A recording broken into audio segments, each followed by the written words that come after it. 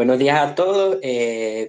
Me presento, yo soy Jorge Méndez y hoy vamos a hablar, a contar y a discutir acerca de la vacuna contra el COVID-19, específicamente la desarrollada por Pfizer y BioNTech, ya en un entorno de vacunación masiva a nivel nacional. Ya teníamos los estudios previos acerca de la eficacia en los ensayos clínicos y ahora esto mide más la efectividad, más el qué pasa en contextos que no están ajustados para una situación de investigación como tal, sino ya la vida real.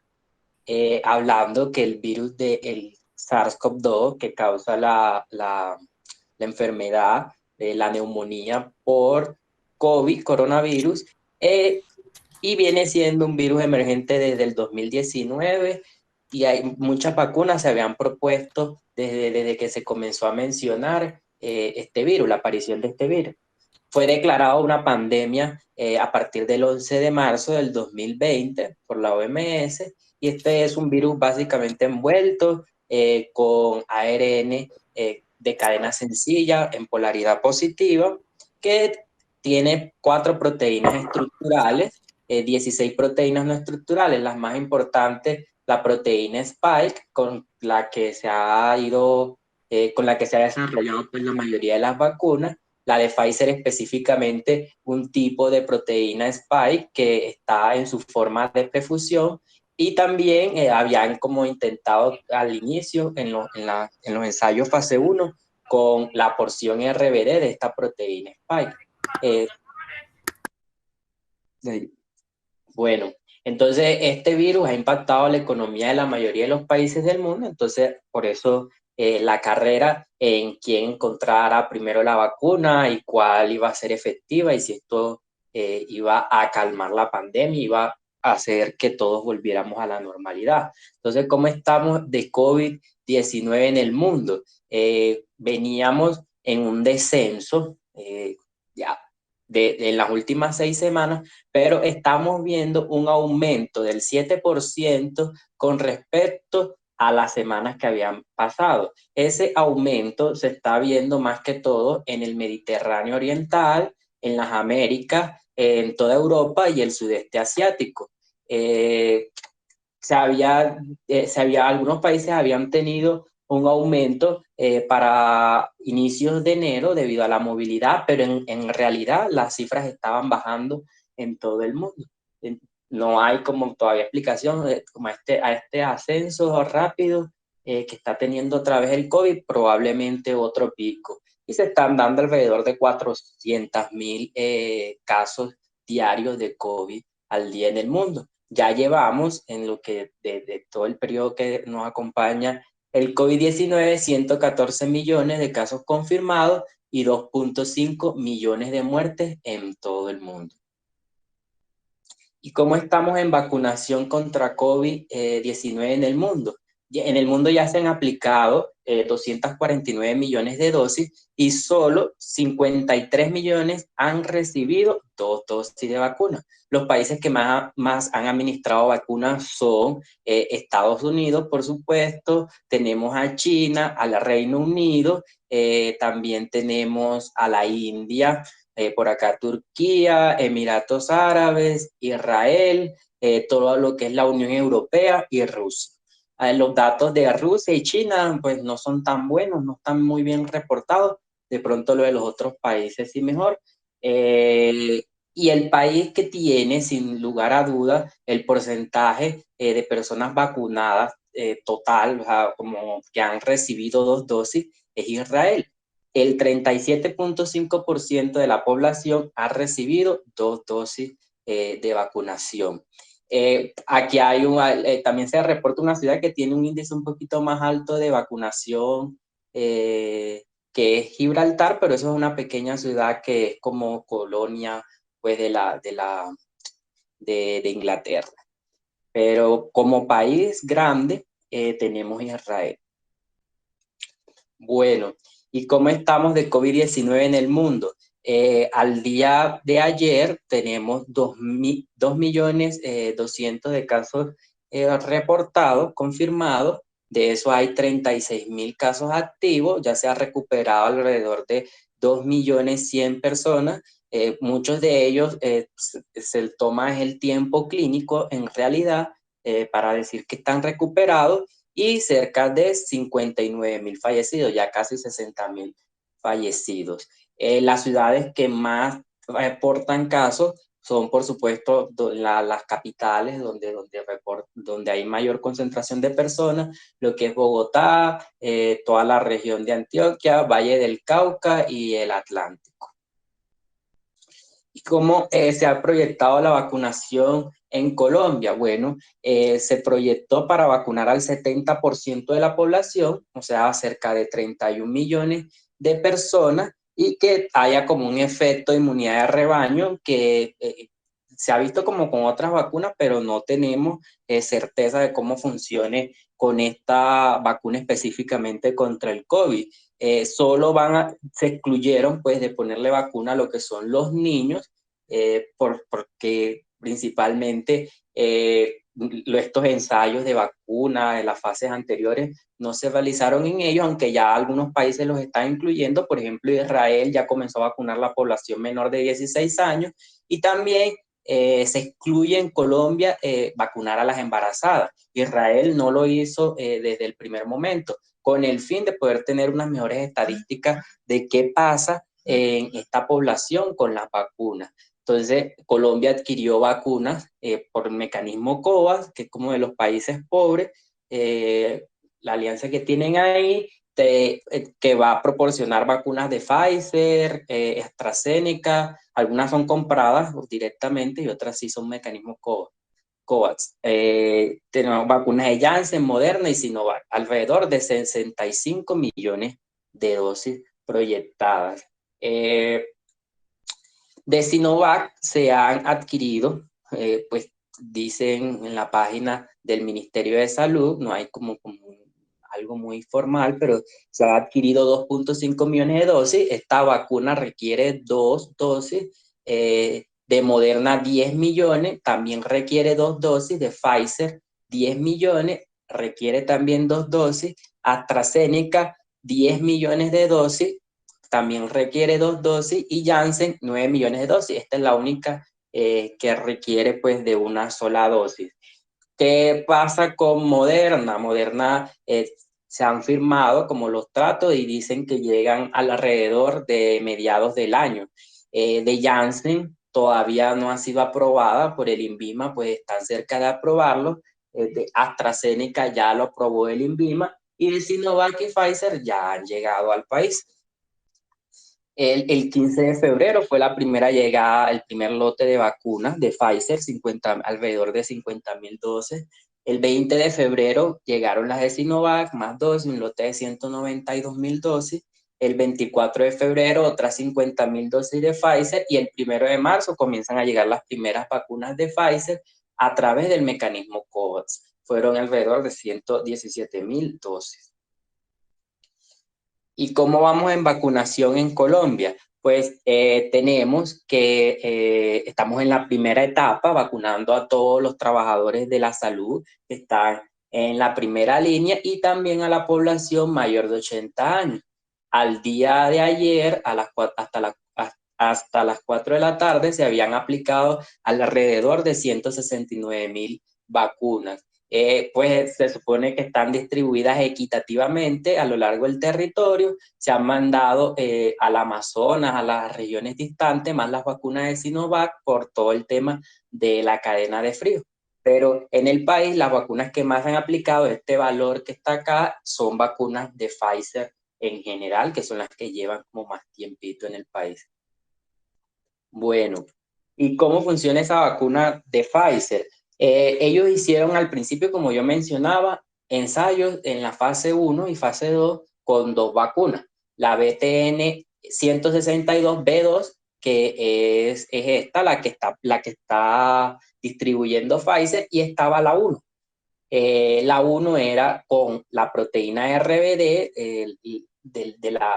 la porción RBD de la proteína Spike. Sin embargo, esa vacuna tuvo mayores efectos adversos, entonces se siguieron como los estudios y todo eso, pero la que finalmente se distribuye es esta 2.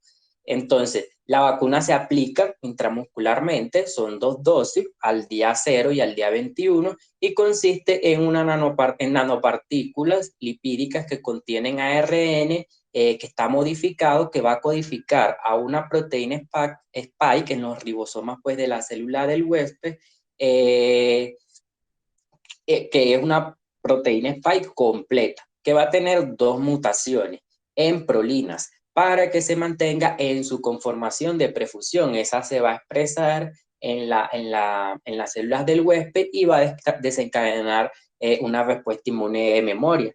La mayor caracterizada para esta vacuna, los anticuerpos neutralizantes, aunque también se habla de que pudiera inducir una respuesta inmune celular de memoria. Este es el resultado de la eficacia de la vacuna durante el ensayo clínico. Vemos aquí en el eje de las X, los días después de la primera dosis, en el eje de las Y, las incidencias acumuladas. Vemos como 7 días después de la primera dosis es muy similar el porcentaje de pacientes, la curva que va de los pacientes no, la curva de los pacientes del placebo y de los vacunados. Ya hacia el día 12 es que esa curva se va diferenciando. Aquí está la ampliación de esa parte que está acá abajo. Entonces, a partir por ahí del día 12 ya las curvas se van diferenciando, o sea, la incidencia se va tomando caminos diferentes, siendo mucho menor para la vacuna la tasa de incidencias acumuladas que para el placebo. Después de la primera dosis tenemos una efectividad de alrededor del 82%, o sea, después de la primera dosis, en todo ese tiempo que hicieron de seguimiento durante el ensayo clínico. O sea, incluye desde este momento que las curvas son muy similares hasta el último día que ellos tomaron. Es como un promedio. George Haggis, una interrupción. Sí. Ese porcentaje de efectividad está medido en términos de infección o de infección grave. Porque es que el discurso cambia y la gente me dice que desde el principio el mensaje era que prevenía la infección grave. Y yo digo que no, pues que lo que decían No, era que prevenía infección. no, sí, exacto. Infección sintomática. Solo infección sintomática no confirmada, o sea, confirmada por PCR, pero no como tal la severa. También de la severa, eso era otro desenlace. Pero como No, tal, el exacto, pero ensayo. este 80 y pico después de la primera dosis y el que nos vas a mostrar después de la segunda que sube el 90 es infección, cualquier tipo de Infección. infección. Sí. Listo. No, pero sintomática, profe, solo sintomática. Listo, porque, pero le hacían PCRs. No, ahí no especifican que les hayan hecho PCR a todas. Decía infección sintomática. Se supone que de pronto hicieron una mayor, pero no caracteriza muy bien eso de la PCR. Ya luego, Listo, ahorita, en el estudio vamos a ver qué pasa con este estudio, con listo, esta gracias. población. Bueno, entonces después ellos tienen aquí la efectividad, que es lo que ellos muestran, que después de 7 días de aplicar la segunda dosis, un porcentaje de efectividad del 94.8%. Este porcentaje, ¿qué significa? Siempre entonces llega la duda y hay muchos errores también en la escritura de lo que se reporta en la literatura. Entonces, ese 95% de eficacia que nos están reportando nos dice que si en una población de 100.000 personas que están sin vacunar, vamos a tener 1.000 infectados en 3 meses, o sea, el 1%. ¿De dónde sacamos este 1%? Este 1% fue el que se vio que era la tasa como tal de infección sintomática durante el ensayo clínico. Entonces quiere decir que durante esos 3 meses el 99% de las personas van a estar libres de la enfermedad. Y si vacunamos a toda la población, a las 100.000 personas completicas, ya no vamos a tener 1.000 infectados, sino que vamos a tener 50 infectados en 3 meses. O sea, vamos a tener 99.95% libre de la enfermedad durante esos 3 meses.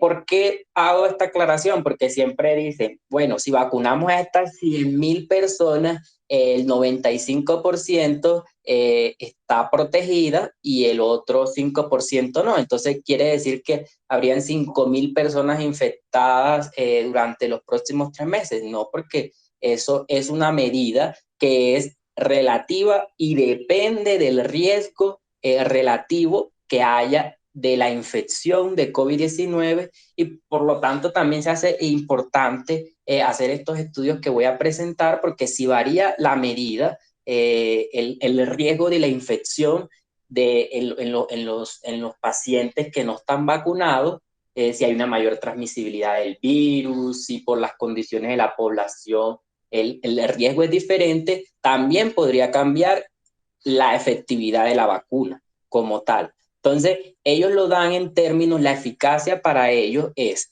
en términos de la reducción del riesgo relativo, exactamente, que es uno menos el RR, que consiste el riesgo de COVID-19 en vacunados sobre el riesgo de COVID-19 en la población que no está vacunada. ¿Cómo fue la seguridad de esa vacuna en los ensayos fase 2? Se vio que los eventos adversos leves, como dolor en el sitio de la inyección y también la fatiga y el dolor de cabeza, son más frecuentes en la población que tenía entre 16 y 55 años.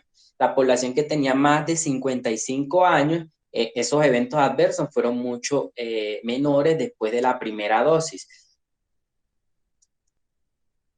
Y con respecto a los eventos adversos serios, el porcentaje fue muy similar, tanto para el grupo de vacunados como el grupo del placebo. En el grupo de los vacunados tuvieron 4 eventos adversos, que fueron una lesión de hombro, aquí me equivoqué, relacionada con la administración de la vacuna, linfadenopatía axilar derecha, arritmia ventricular paroxística, una parestesia en pierna derecha.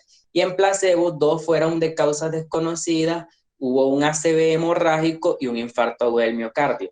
2 personas del grupo de vacunados murieron de arteriosclerosis y otro de ataque cardíaco.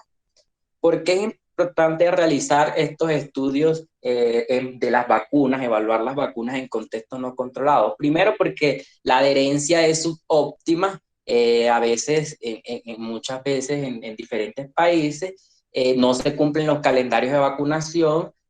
Por ejemplo, se pone la vacuna al día 0 y después se va a poner al día 30, al día 40 y no al día 21 como se recomienda, como se hizo en el ensayo clínico. También a los factores logísticos, cómo es ese transporte, cómo es ese mantenimiento de la cadena de frío. Vemos que la vacuna de Pfizer requiere ultracongeladores, entonces cómo se puede comportar la vacuna en condiciones no ideales. Y también necesitamos población más diversa. El ensayo clínico restringe mucho la población como para evitar las variables de confusión, pero en la vida real tenemos una población diversa que tienen diferentes condiciones coexistentes.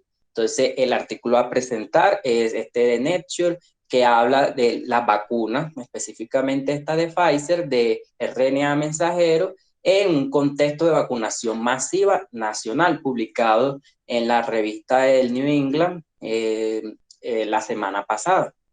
Entonces, ¿cuál es la población de estudio de este estudio? Entonces, este estudio se hace en Israel, el cual es un país asiático que cuenta con casi 9 millones de habitantes, de los cuales la mayoría son judíos. Los datos analizados en este estudio corresponden a los datos que reposan en la Clarion Health Service, que es una organización de salud integrada y es la más grande que tiene Israel de las 4 que existen en el país. Allá también es obligatorio que todas las personas, todos los habitantes estén asegurados en una institución de salud. Y esta institución tiene alrededor de 4.7 millones de pacientes asegurados, que corresponde al 53% de la población como tal. Bueno, entonces, inicialmente los criterios de elegibilidad fueron que las personas sean miembros de la institución al menos durante los 12 meses previos, o sea, de esta organización de salud, y que sean personas mayores de 16 años, mayor o igual de 16 años de edad, sin una infección documentada por PCR, pues un resultado de PCR positivo. ¿Desde cuándo? Desde que comenzó la campaña de vacunación, que fue en diciembre 20 del 2020. De esos fueron vacunados, de toda la población que probablemente podía estar en el estudio, fueron vacunados alrededor de 1.500.000 y otros 1.600.000 no fueron vacunados antes de febrero, del 1 de febrero del 2021. El estudio entonces corresponde a la fecha entre diciembre 20 y febrero 1. De ese estudio fueron excluidos población que tuviera alta variabilidad interna en la probabilidad de exposición o de presentar los desenlaces, ya sea personal que estaba confinado en la casa, los que vivían en ancianato, residentes de ancianato, trabajadores de la salud, primera línea para atención de COVID, los que no tuviesen membresía, los que no estuviesen pues afiliados a esta organización de salud, los que no se podían rastrear geográficamente. Esto fue muy importante porque dentro de Israel la transmisión es diferente y también el acceso a las vacunas es diferente de acuerdo a la geografía. Eso puede pasar también en muchos países como el nuestro. También se excluyeron los que no tenían datos acerca del índice de masa corporal o el estado de fumador, y los que habían tenido una interacción con los servicios de salud dentro de los últimos días, antes de la vacunación. De esos fueron elegidos, ya después de haber excluido 1.100.000 personas, probablemente podían ser elegidas, pero hicieron un emparejamiento supremamente riguroso donde tocó excluir a 33.8% de toda esa población, alrededor de 393.000 personas. De eso, entonces tenemos 769.000 personas que fueron emparejadas del grupo de los vacunados con el grupo del control en una proporción de 1:1. 259.000 personas fueron emparejadas como control antes de recibir la vacunación. En el momento que ellas habían recibido la vacunación, hacían un cambio de brazo, eran otra vez emparejadas en el grupo de los vacunados y lo emparejaban con un grupo de control nuevamente. Entonces, esto corresponde a un estudio observacional emparejado por las variables, diferentes variables como eran la edad, el sexo, si eran judíos, árabes, judíos ultraortodoxos, si eran vecinos de residencia, también de acuerdo a la historia de vacunación contra influenza durante los 5 años previos, embarazo y condiciones coexistentes identificadas como factores de riesgo para COVID-19 severo por el CDC. El seguimiento terminaba cuando ocurría un evento de desenlace, el segundo cuando hubo una muerte no relacionada con COVID-19, si se vacunaban a los controles, entonces se perdía el seguimiento se terminaba el seguimiento del vacunado. Si la vacunación del control emparejado, si se vacunaba el control emparejado, se perdía para los vacunados. Y si se vacunaba los controles, se perdía para los controles. O ya lo último, finalizando el estudio. Las características demográficas y clínicas de base fueron bien balanceadas, muy cercanas todas a la media. Donde pudo haber de pronto mayor variabilidad fue en la variable de fumar, pero no es una variabilidad mayor al 5%, donde los pacientes que no estaban vacunados fueron menores que con respecto a los vacunados. Y de pronto también aquí una variación en el porcentaje de obesos y de sobrepeso, pero no es una variación muy significativa. Ya con respecto a la incidencia acumulada, ellos calcularon una tasa de infecciones alrededor de 0.6 infecciones por 1.000 personas al día, como un promedio de 15 días calcularon eso.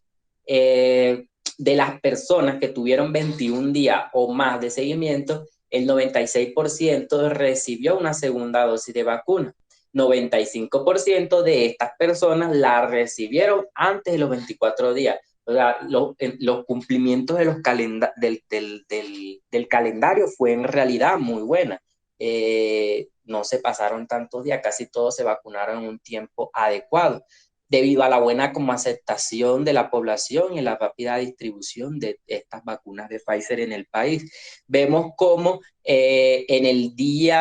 alrededor del día 14, ya comienza a haber una diferenciación, no es muy significativa, en las tasas de incidencia acumulada para la infección documentada por SARS-CoV-2, aquí sí por PCR, 100%, ya sea sintomática o no sintomática. El estudio no deja claro si se hicieron rastreos pues, de PCR como tal, diseñadas para recoger estos datos, no, sino que allá se le hacía, en Israel, como que no se le niega una PCR a nadie, y entonces cualquiera del sistema de salud puede ordenar una PCR y tienen de verdad un muy buen acceso, y ellos ya cruzaron los datos de resultados de PCR con los datos de los vacunados y los no vacunados, pero no es que hayan hecho como un rastreo activo que describan en el estudio. Y ya al finalizar el estudio hacia el día 42, ya sí hay una diferenciación, la tasa de incidencias acumuladas para la vacuna llega más o menos hasta 1%, y para el placebo ya va acercándose al 3%. Para la infección sintomática de COVID-19, la tasa acumulada al día 14 también se parece mucho, no hay mucha diferenciación, y ya para el último día se acerca la de la vacuna al 0.5% de incidencia acumulada, y para el placebo al 1.5%. Para las hospitalizaciones tenemos que entonces, y muy similar, para el día 14, una diferenciación muy poca, y ya la diferenciación la vemos más hacia el final del estudio, donde vemos una incidencia acumulada para la vacuna menor a 0.05%, y para el placebo de 0.12 más o menos aproximadamente. Y ya para el desenlace de COVID severo, al día 14, la misma tendencia que estamos viendo siempre, y hacia el último día también ya mayor diferenciación. Y para el desenlace de muerte relacionada a COVID tuvieron, para el día 14, no, sin tantas diferencias, y ya para el último día tuvieron 32 muertes relacionadas a COVID en el grupo del placebo, y 9 de las no vacunados, perdón, y 9 personas muertas por COVID-19 en el grupo de las vacunas. Entonces, vemos acá cómo la tasa, la efectividad de la vacuna, por ejemplo, para la infección documentada entre el día 14 y el 20, después de la primera dosis. Importante aquí, ellos excluyen los datos antes del día 14, porque vemos que la proporción entre las gráficas, las curvas son similares, la diferencia es muy poca, entonces se comienza a diferenciar a partir del día 14, que es donde se supone de pronto que ya comenzó esa respuesta inmune a ser efectiva. Entonces tenemos entre el día 14 y el día 20, un 46% de efectividad para la infección documentada. Entre el día 21 a 27, después de la primera dosis, del 60%, y 7 días después de aplicada la segunda dosis, hasta finalizar el seguimiento, un 92% de efectividad para infección documentada. Para el caso de enfermedad sintomática, después, 14 a 20 días después de la primera dosis, entonces un 57% de efectividad, y ya después aplicada las dos dosis, 94% de efectividad. Para la hospitalización, 74% de efectividad luego de la primera dosis, 87% de efectividad luego de las dos dosis. Para enfermedad severa, 62% de efectividad después de la primera dosis, 92% de efectividad después de las dos dosis. Y para muerte, 72% de efectividad después de la primera dosis. Y aquí hay unos datos que no son registrados porque ellos hacían como unos clústeres que se cumplieran, o sea, como células de 10 eventos, y como no hubo no hubo pues 10 eventos en el grupo de los vacunados, entonces no sacaron las estadísticas, pero igual, como eso se saca con la diferencia del riesgo, pero igual no entiendo por qué ponen los datos no disponibles. Esta gráfica nos informa cómo la efectividad va subiendo diariamente. Después de aplicar la primera dosis, aquí vemos cómo va subiendo la efectividad, y ya en el día 21, que se supone que es cuando aplicamos la segunda dosis, se mantiene un tiempo, y ya después, cuando hay una respuesta inmune que ya está establecida, comienza a ver el aumento progresivo de esa efectividad. Esto está medido hasta alrededor de 41 días. O sea, esta efectividad, si hacemos un periodo de seguimiento más largo, quizás pueda ser hasta un poco mayor, y más por todos los efectos que puede tener en inmunidad de rebaño, que se ha visto con otras vacunas. Este estudio, como incluyó tanta población, entonces pudo ver cuál era la efectividad en diferentes grupos poblacionales. Entonces, de acuerdo al sexo, se vio que la tasa de infección vamos a guiarnos solo en la enfermedad sintomática, fue del 88%.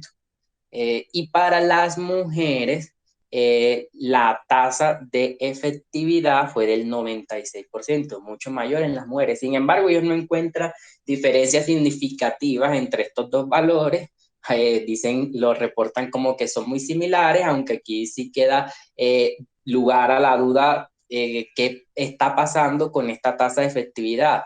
Probablemente puede ser por la diferencia del riesgo que tengan los hombres a infectarse, o también la severidad con la que puedan cursar los hombres ante la infección por COVID-19. Aquí es algo interesante analizar de este estudio, que ellos no lo discuten en el artículo. De acuerdo, también se puede, hacen como la comparación de la efectividad estimada de acuerdo a la edad. Vemos que para la edad entre 16 y 39 años, la efectividad es el 99%.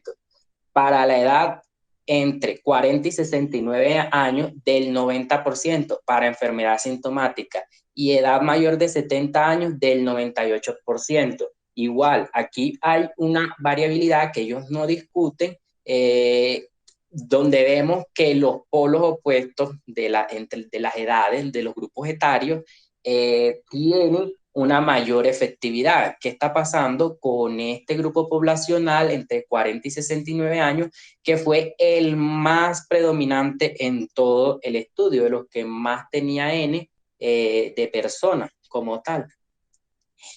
Y tenemos también la efectividad estimada de acuerdo a las comorbilidades, ya sea que no tuviesen condiciones existentes, entonces una tasa de efectividad del 93%, que tuvieran una o dos condiciones coexistentes, entonces tenían una tasa de efectividad del 95% y que tuviesen 3 o más condiciones coexistentes, un 89% de efectividad. Esta sí la reportan en el estudio, esta diferencia en la efectividad en los pacientes que tienen condiciones coexistentes, mayores condiciones coexistentes, la discute y dicen que ligeramente la efectividad es menor en los grupos que ya tienen algunas comorbilidades previas identificadas para el CDC como posible o como factores de riesgo reales para tener una infección más severa o para tener mayor riesgo de infectarse. Y también tenemos acá, de acuerdo a la obesidad, si tenían ya sea obesidad, la tasa de efectividad fue el 98%, para enfermedad sintomática, para diabetes mellitus el 91% y para hipertensión del 95%. En realidad, la variabilidad también muy poca. Los leves cambios no son significativos, no les da significancia estadística. Me parece como muy bueno que hicieron ellos como un proxy imperfecto, que es como un modelado estadístico para estimar la efectividad en los asintomáticos. Entonces, después de la primera vacuna, de la primera dosis, tuvieron una efectividad del 29%. Y luego de las 2 dosis y después de los 7 días aplicada la segunda dosis, una efectividad para asintomáticos del 90%, que era lo que discutíamos en reuniones anteriores. Esto es un proxy imperfecto, un modelado de acuerdo a unos datos que ellos no hacen manifiestos, solo muestran como esta tabla. Pero en realidad no es lo que, como no, ellos no están rastreando la enfermedad leve, entonces no puede ser como un dato exacto. Podría ser y no podría ser. Ya como discusión tenemos que los resultados que dio este estudio observacional fueron muy similares a los que ya conocíamos en el ensayo clínico previo, en la fase 3, que para la enfermedad sintomática entre la primera y la segunda dosis había un porcentaje de efectividad del 52, y en el estudio observacional vemos la efectividad de 29%. Sin embargo, ellos lo que hicieron fue ajustar esa tasa, quitar todos esos resultados antes del día 14 y ahí les dio la efectividad del 57% como tal. 7 días después de la dosis, de la segunda dosis, en el ensayo clínico habíamos reportado antes una tasa de efectividad del 94.8%, aproximadamente el 95%, y en este estudio observacional en general una efectividad del 94%. Para la infección documentada entre los días 14 y 20 después de la primera dosis, unos investigadores de allá también de Israel, pero de otra institución de salud, les dio aproximadamente una efectividad del 51%, y en este estudio fue de 46%, digamos que algo similar. Y para enfermedad severa, después de los 7 días de la segunda dosis, en el ensayo clínico una efectividad del 89% y en este estudio observacional del 92%. Algo también muy similar como tal. Queda también la duda de la efectividad de la vacuna según la edad. Si ellos hacen el promedio, cortan aquí en los 59 años, cortan aquí y hacen el promedio de esto con esto, la tasa de efectividad les da alrededor del 96%, más o menos, y entonces dicen que los pacientes, tanto jóvenes como adultos mayores, tienen una tasa de efectividad muy similar. Muy buena en realidad, pero vemos cómo en este grupo poblacional de los 40 a 69 años la efectividad es del 90% como tal. En el ensayo clínico la efectividad en estas edades, o sea, hasta 55 años, y mayores de 55 años rondaba entre el 94 y 96%. Aquí en este estudio observacional incluso fue mucho más alto.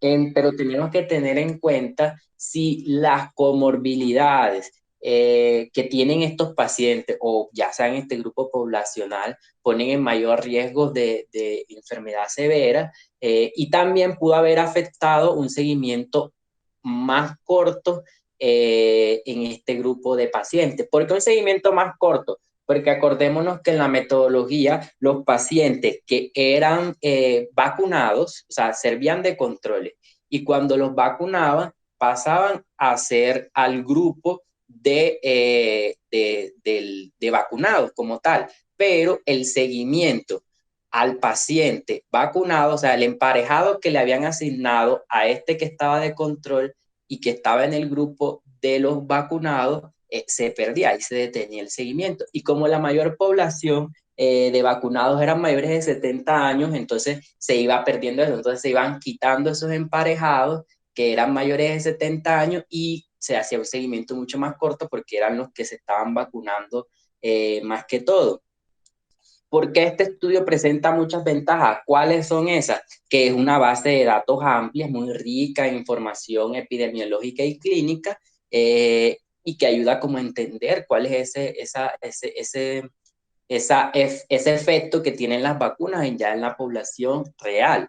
Que también en Israel se cuenta con pruebas de PCR para la mayor parte de la población y que se podían reportar resultados de PCR y no de otras pruebas como tal, que hubo un buen seguimiento a los pacientes como tal, también que la vacunación ha sido supremamente rápida y con una muy buena aceptación por parte de la comunidad, que tiene un bajo riesgo de sesgo de selección. Ellos, para evitar el sesgo de selección de los, por ejemplo, los pacientes que no fueron vacunados, y entonces que esos pacientes tuviesen de pronto menores eventos o mayores eventos, debido a que también los otros pacientes con los que los emparejaron de los vacunados iban a vacunarse cuando se sentían bien. Entonces, ellos intentaron hacer como unos análisis de sensibilidad para ver si podía haber ese riesgo de selección, pero en realidad fue bajo. El emparejamiento fue riguroso, le costó también eh, gran parte de la población que pudo haber sido incluida, pero que no lo hicieron para evitar como todas esas variables confusoras que están dadas en este tipo de estudios. ¿Qué tenemos de desventaja? Que el periodo de ventana para el seguimiento fue corta, por como la rapidez de dar unos resultados, puede que la efectividad a través del tiempo aumente como tal, se mantenga o disminuya, entonces solo podemos ver un periodo de tiempo, que haya un posible retraso en la toma de la muestra entre la aparición de los síntomas y la recolección de los hisopos, lo cual puede subestimar la eficacia de la vacuna en cada ventana de tiempo. También que se excluyeron los grupos con alta variabilidad interna, como los residentes en ancianato, los que están al servicio de la salud, que no estaban excluidos en el ensayo clínico como tal y que tampoco van a estar excluidos obviamente en la vida real. También ese cambio de brazo de no vacunados a vacunados, que hace también perder el seguimiento, pueda que sea una desventaja, pero esto era como con el fin de reducir las variables confusoras, que el seguimiento fue corto en los pacientes mayores porque eran los que más se estaban vacunando, entonces se perdía el seguimiento del emparejado, y que puede tener sesgo por confusión debido al tipo de estudio. Esto es un estudio observacional. Sin embargo, este sesgo de confusión puede que sea mínimo, que sea más bien una desventaja, porque una ventaja, porque las variables que estaban de base eran muy similares entre los grupos, y ellos, como yo venía diciendo antes, fueron muy rigurosos a la hora de emparejar a la población, que estuviera que vivieran cerca, que tuviesen edades similares, que tuvieran factores de riesgo similares. Entonces, digamos que ahí ese sesgo pudo haberse disminuido un poco. Ya también hay una preocupación de las variantes que están circulando ya en el contexto de las vacunas. En Israel, durante ese periodo de diciembre 20 al 1 de febrero, cerca del 80% de las variantes que se pudieron aislar correspondían a la variante británica. En ningún momento se pudo identificar la variante sudafricana. ¿Por qué es importante caracterizar esta variante sudafricana? Aquí la tenemos en este árbol y esta tiene escape, ya sea tanto por anticuerpos neutralizantes, que va a dar la respuesta a los anticuerpos neutralizantes, como una mayor tasa de transmisión. Entonces, una variante que nos importa mucho a la hora de las vacunas, al igual que la variante brasilera P1.